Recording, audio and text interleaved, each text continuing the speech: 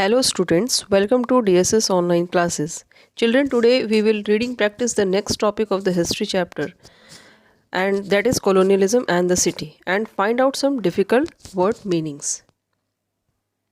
Our first topic is the decline of Havelis.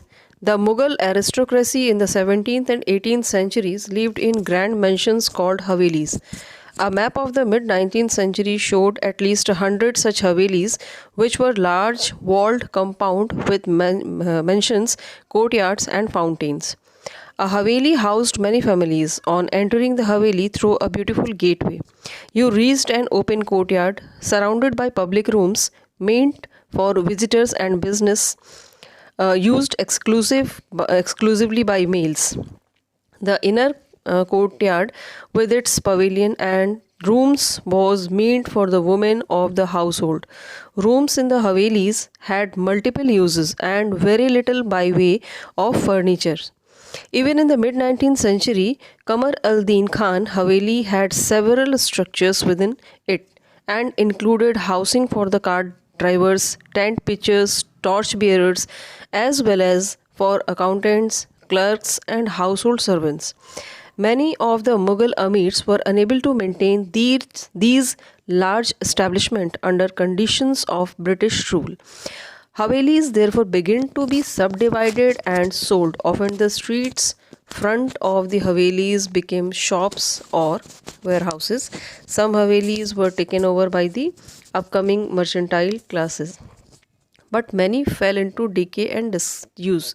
The colonial bungalow was quite different from the Haveli, meant for one nuclear family. It was a large single-stored structure with a pitched roof and usually set in 1 or 2 acres of open ground. It had separate living and dining rooms and bedrooms and a wide veranda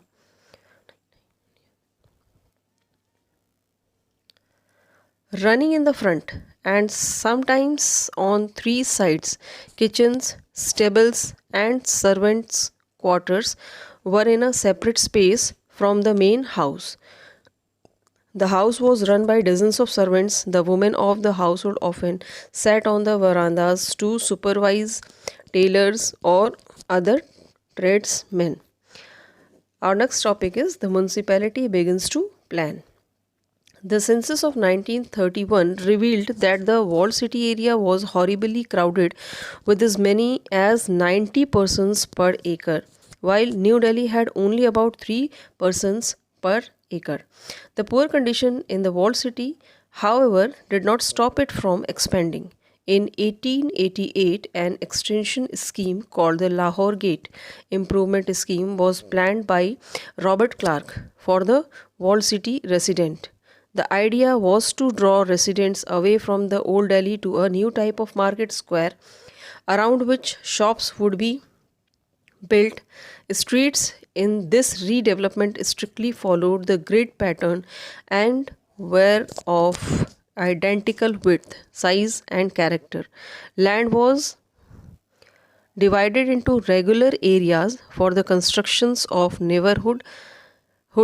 Clarkganj, as the development was called, remained incomplete and did not help to decongest the old city. Even in 1912, water supply and drainage in these localities was very poor.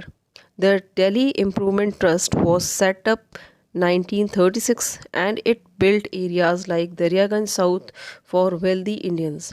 Houses were grouped around parks. Within the houses, space was divided according to new rules of privacy. Instead of space being shared by many families or groups, now different members of the same family had their own private spaces within the home.